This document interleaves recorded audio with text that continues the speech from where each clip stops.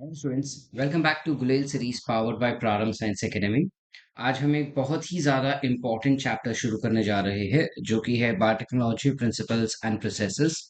जैसे कि हमको पता है बेटा कि ये चैप्टर दोनों board exams as well as NEET के लिए बहुत ही ज़्यादा इम्पोर्टेंट है।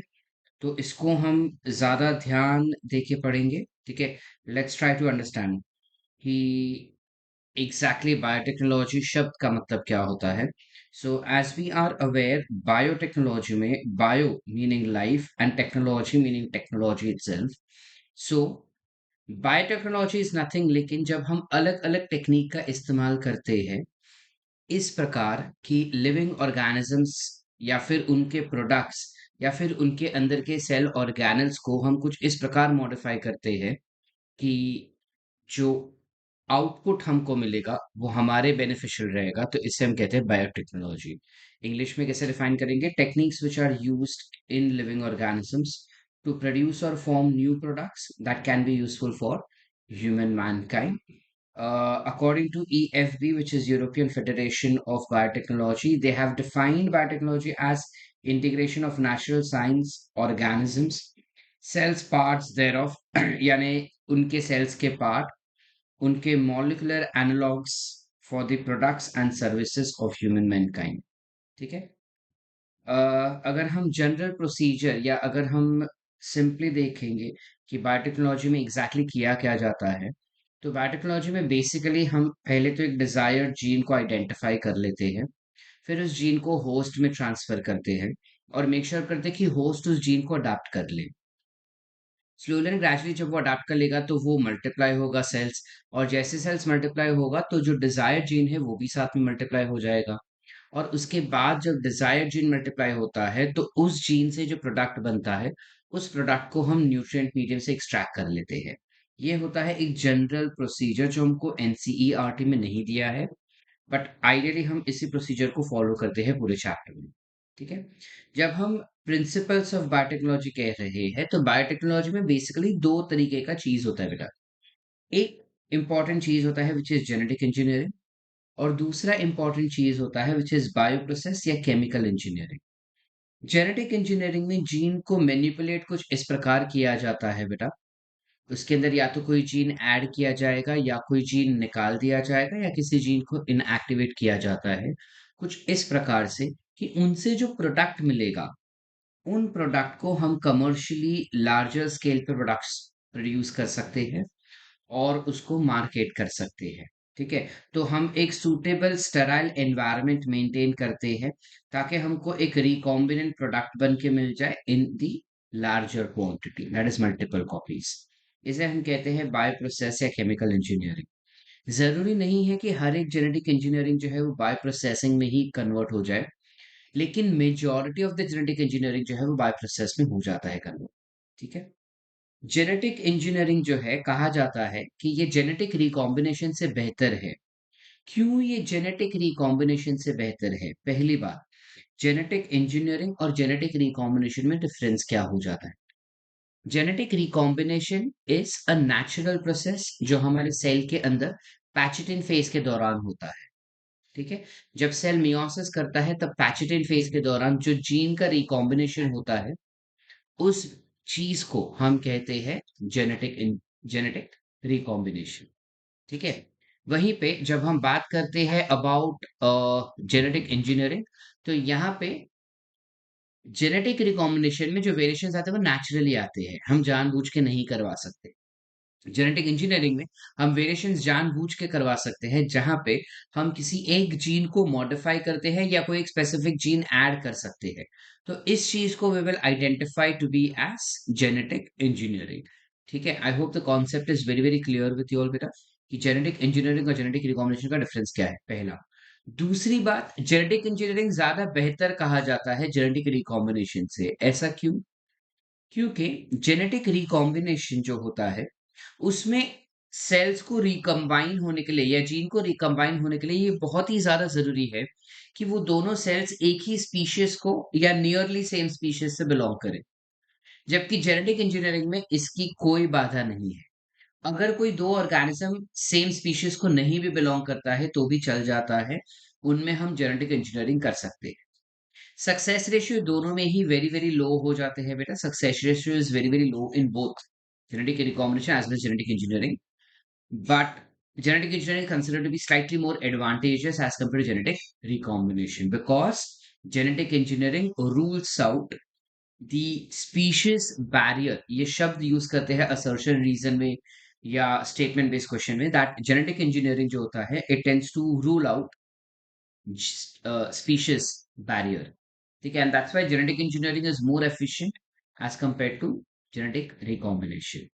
अब जेनेटिक रिकॉम्बिनेशन का जब हम बात करते हैं तो सबसे पहले जेनेटिक रिकॉम्बिनेशन जो हुआ था that was done by Stanley Cohen and Herbert Boyer in the year 1972।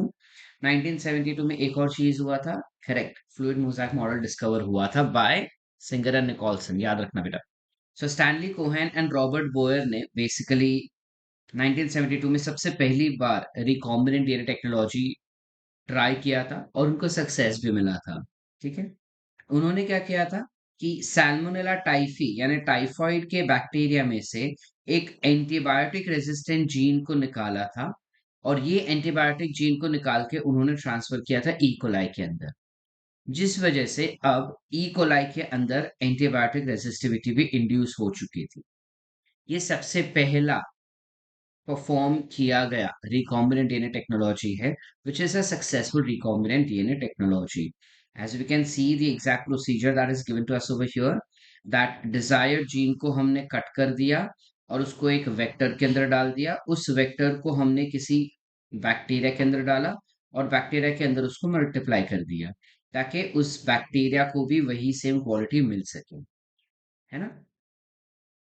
अब जब हम tools of recombinant DNA technology का बात करते हैं तो तीन टूल्स होते हैं रिकॉम्बिनेंट डीएनए टेक्नोलॉजी के। एक तो एंजाइम्स होता है, फिर वेक्टर होता है और फिर कंपीटेंट सेल्स होता है इन the exact sequence.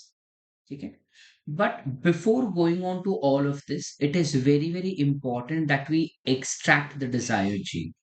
Late us take an example कि किसी एक पेशेंट के अंदर हमको कोई एक पेशेंट हमारे पास आया जिसको डायबिटीज है और वो बोल रहा है कि सर कुछ भी कीजिए लेकिन मेरा डायबिटीज मेरे बॉडी से हटा दीजिए करके। तो हम अब उसके अंदर ट्राई करना चाहते हैं जेनेटिक रिकॉम्बिनेशन। ठीक है, अब ये किस प्रकार हम कर सकते हैं, तो हम कोशिश कर रहे हैं कि हमें पता है कि डायबिटीज के तीन रीजंस हो सकते हैं। एक तो इंसुलिन बन रहा है लेकिन वो ग्लूकोज को रिकॉग्नाइज नहीं कर पा रहा है, दूसरा इंसुलिन काफी कम क्वांटिटी में बन रहा है, और तीसरा कि इंसुलिन बन ही नहीं रहा है ना। फर्स्ट रीजन, इंसुलिन बन रहा है लेकिन क्वालिटी खराब है। दूसरा, इंसुलिन बहुत ही कम बन रहा है। तीसरा, इंसुलिन बन ही नहीं रहा है। ऑल इन ऑल इंसुलिन के जीन में डिफेक्ट है। तो हम क्या करेंगे, किसी एक अच्छे वाले ऑर्गेनिज्म के अंदर, मतलब किसी एक अच्छे इंसान से जिनका इंसुलिन का जीन बहुत ही ज्यादा स्ट्रांग है, उनमें से इंसुलिन का जीन आइसोलेट कर लेंगे हम। अब जीन आइसोलेट किस प्रकार करेंगे, तो let's go to the entire procedure, exact procedure चलते हैं। तो सबसे पहले हम करेंगे जीन को isolate. So the first thing is isolation of DNA बेटा। The very first thing is isolation of DNA. जब हम डीएनए को आइसोलेट करते हैं तो किस प्रकार आइसोलेट कर पाएंगे। एज ऑफ नाउ हमें पता है कि हम इंसुलिन का जीन किसी इंसान के बॉडी से कर रहे हैं क्योंकि हमने केस स्टडी इंसानों का, दैट इज एनिमल सेल्स के बारे में किया है। बट रिकॉम्बिनेशन तो प्लांट सेल्स में भी हो सकता है, फंगल सेल्स में भी हो सकता है, बैक्टीरियल सेल्स में भी हो सकता है। इन सेल्स के आसपास तो वॉल होगा बेटा। तो सबसे पहले हमें क्या करना होगा, उन सेल वॉल को तोड़ना होगा। तो प्लांट सेल्स के सेल वॉल को तोड़ने के लिए we are utilising cellulase enzyme which will break down cellulose. You can also use pectinase enzyme. ठीक है, we can break down pectinase enzyme. Pectinase से we can break down pectin. ठीक है, इसके अलावा you also have lysozyme which will break down peptidoglycan from the bacterial cells. That is cell wall of thing. Chitinase का इस्तेमाल कर सकते हैं, जो chitin which is nothing but fungus का सेल वॉल है, उसको तोड़ने का इस्तेमाल, उसको तोड़ने के लिए काइटिनेज का इस्तेमाल कर सकते हैं। अब जब सारे सेल वॉल टूट गए हैं तो उसके बाद हम यूज कर सकते हैं लाइपेज का।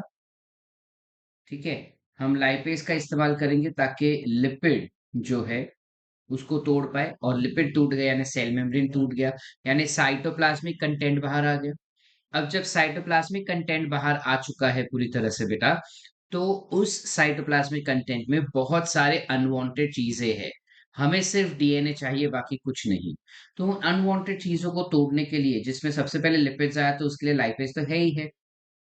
Then you have proteinase enzyme, जो प्रोटीन को तोड़ देगा। तो हिस्टोन वगैरह सारे टूट गए। आरएनएज एंजाइम, जो आरएनए को तोड़ रहा है। और कार्बोहाइड्रेट तो डिसॉल्व हो जाएगा लिक्विड में ही। तो इन सारे केमिकल्स को हमने तोड़ दिया, खाली एक ही केमिकल है जो इंटैक्ट है अभी भी, which is nothing but DNA. अब इन पूरे मिक्सचर्स में से डीएनए को एक्सट्रैक्ट करने के लिए हम चिल्ड इथेनॉल को ऐड करेंगे बेटा। जैसे ही हम चिल्ड इथेनॉल को ऐड करते हैं, तो टेस्ट ट्यूब के अंदर हमारे पास एक लेयर होगा जहां पे सारे टूटे फूटे सेल के टुकड़े होंगे, और ऊपर की तरफ हमने इथेनॉल ऐड किया है एक्स्ट्रा। तो बीच में, दोनों लेयर के बीच में, you will have some structure like this which will be formed, and this layer is nothing but DNA which got precipitated। ठीक है, ऊपर हमने डाल दिया था क्या बेटा, इथेनॉल, और नीचे क्या है हमारे पास, सेल डेब्रीज कहते हैं इसको हम। ठीक है, यहां तक क्लियर है। तो इस प्रकार हमने डीएनए को आइसोलेट कर लिया। अब जब हमने डीएनए को आइसोलेट कर लिया है, बहुत ही ज्यादा इंपॉर्टेंट है बेटा कि हम इस पर्टिकुलर डीएनए को मल्टीप्लाई करें। लेकिन क्या मुझे पूरा डीएनए को मल्टीप्लाई करना है? Am I interested in the entire DNA? Answer is no.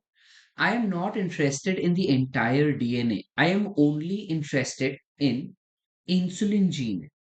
तो मैं क्या करूंगा, इस पूरे डीएनए को छोटे छोटे टुकड़ों में तोड़ दूंगा। अब टुकड़ों में हम इसको कैसे तोड़ेंगे? With the help of fragmentation, restriction endonuclease enzyme की मदद से हम इसको तोड़ देंगे। तो